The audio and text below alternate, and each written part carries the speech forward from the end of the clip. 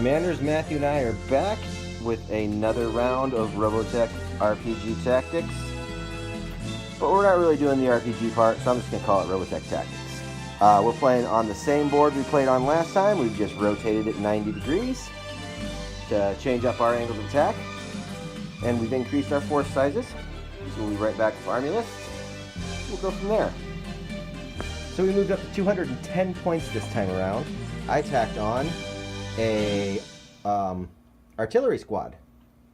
So I have 4 light artillery pods and 2 heavy artillery pods, and I also attached a recon pod to that squad. And then I changed over to an attrition squad over here, a dozen battle pods, and attached a Glog. UEDF added a starter box. So we've got the area denial squad here with 2 Tomahawks and 2 Defenders, and they've got a command upgrade on that Tomahawk there. And we have a Valkyrie squadron standard, plus they attached a VF-1S. In this particular case, that VF-1S is Roy Fokker, or Fokker, I guess, depending on how you want to pronounce it. Watch your mouth. All right, well, we're gonna see what little Fokker here can do and get on to a game. We're just playing basic blow each other up, no real scenarios or objectives yet until we hit that 300 point mark. So, you ready to get it on? Yeah. Let's get her on. We wrapped up turn 1. Matthew lost some defenders, but not to the heavy artillery pods like I hoped. His Valkyrie head lasers and various amounts of anti-missile weapons managed to shoot all of that down.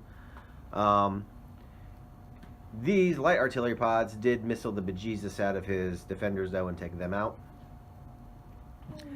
The attrition squad advanced in a nice tight line here. Put a lot of fire into the 1A Max back here, as well as this Tomahawk over here, which I keep calling an Excalibur because of my old experience with the Palladium Robotech RPG, where it was called an Excalibur. Old habits die hard.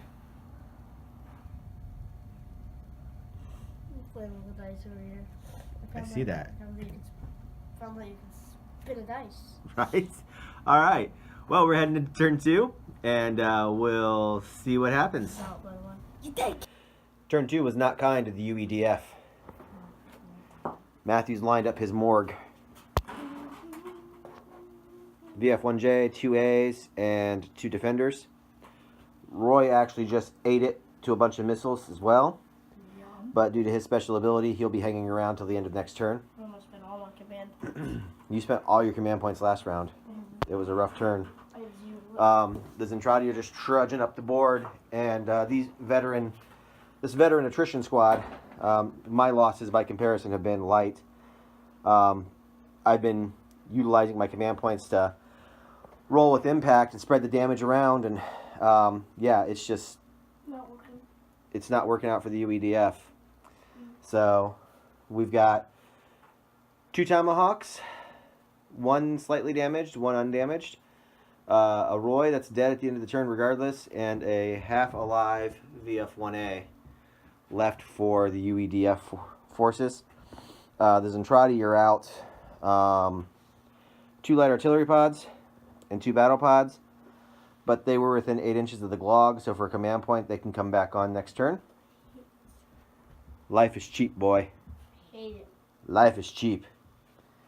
So, I got a feeling we might wrap this game at turn 3, but let's see what happens. You ready to do this? No, I'm depressed. Are you ready to die, boy? Really now. I feel bad. I shouldn't be beating on you like this. It's the only way you learn. Who? You. Who's you? Turn 3, and this game is done. The UEDF was eradicated completely and totally by the overwhelming power of the Zentradi Armada. Well, my little Micronian, Yes. how do you feel about that? Yeah. You won the first round. One. I won one. How you didn't like Destroids, huh? No, they're so slow. Too slow. You feel the need for speed?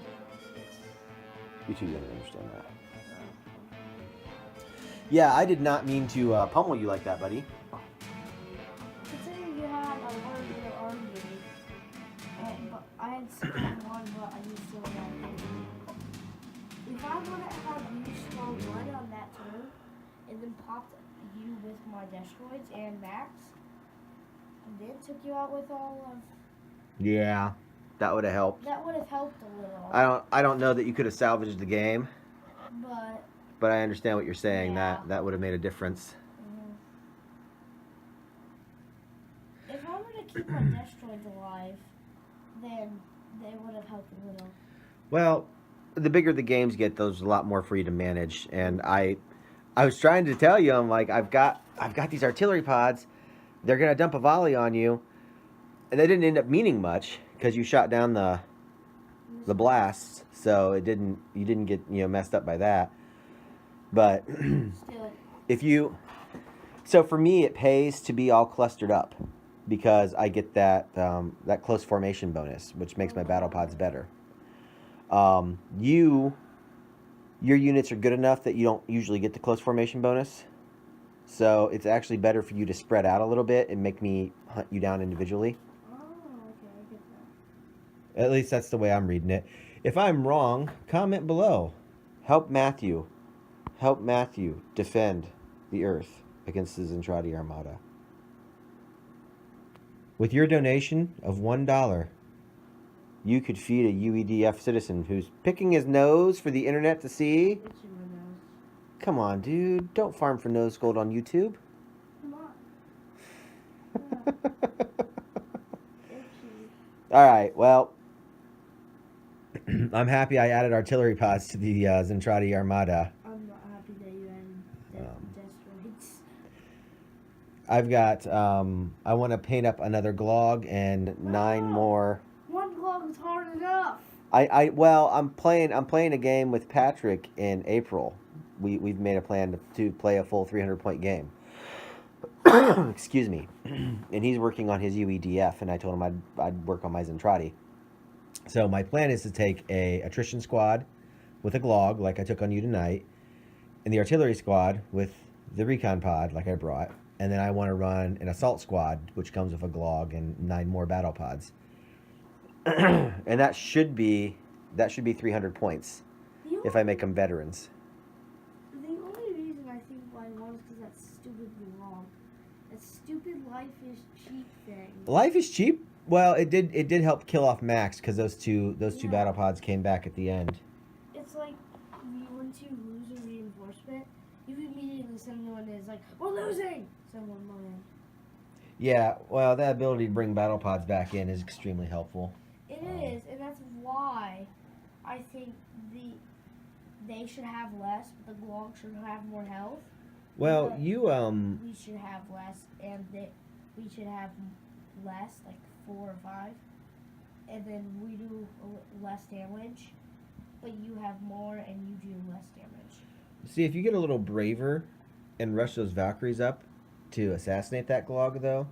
That makes a big difference early game. Yeah, but then you take a lot of damage because anybody, if they knew that the Glog was important, anybody would come and save the Glog. Well, there's only so much I can do to save the Glog. If you rush up a couple of Valkyries and unload missiles into it.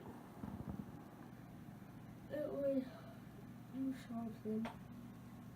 Yeah, it's worth experimenting with some other strategies. Yeah, that's worth it. You're getting tired, aren't you, bud?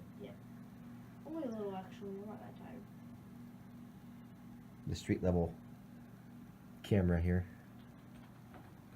I'm just panning around as you babble.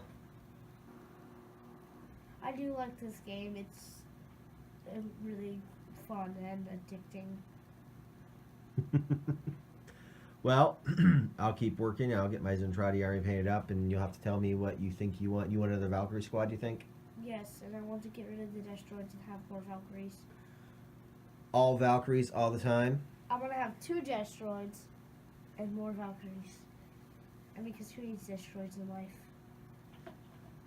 I find that comment offensive. I mean, I like dash droids. They're cool. No, you don't. You hate them. No. I like them. They're cool and they're like tanks, but they're so slow Yeah. that it's impossible to get anywhere with them if you're in a close range battle. Well, if you're in a close range battle, they're right where they need to be. But yeah, you're right. They're not going to get anywhere fast. Yeah. Once we start, excuse me. Once we start playing with some of the scenarios too, it gives you objectives to go after rather than just blowing each other up. That makes the game a little different. I thought about, like I told you earlier, getting to your opponent's other side of the map, which I think would be funny because there would be no battle and you would just walk right past each other. There's one called Convoy, and you have to take like convoy trucks, and one opponent has to escort their convoy across to the other side of the board, and the other opponent has to blow up the convoy trucks. What, does this convoy truck come with them? Yeah, you move them. They're Kind of like little toys. isn't the whole game Little Toys? Pretty much. If you have to blow a ball, They're units you control, and they have speed and stats, and you have to drive them across the map. But you can control where they're going, so you can kind of determine what you want them to do. all you need is a little small ball joint right in their legs and stuff. Get a little action figure. I would love to have a little baby skull one action figure. That'd be funny. Action figure. You don't even know. You started watching Macross. You don't know the legacy of Skull One. You are uninitiated.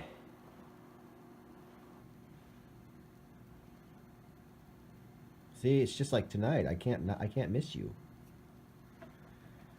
All right, Matthew. You got anything to say to the UEDF players out there? Do you want their advice? Help me. Help you be a better. I'm sending this message to Obi-Wan Kenobi. Help me. You're a terrible princess. And you know what, Zentradi players, let me know. What should I be thinking about with the Zentradi outside of Definitely getting rid of the log. I recommend it. That's horrible advice. Outside of like 3D printing female power armors, which I'm trying to get some of those. What should I be thinking about? Am I effectively using the battle pods to terrorize a 9-year-old boy? I'm tired. A sleepy 9-year-old boy? All right, guys. Well, if you listened to Matthew and I ramble this long, good for you. Otherwise, hey, thanks for watching. Like I said, give us a like, a subscription, comment below. And we'll see you next time. Thanks.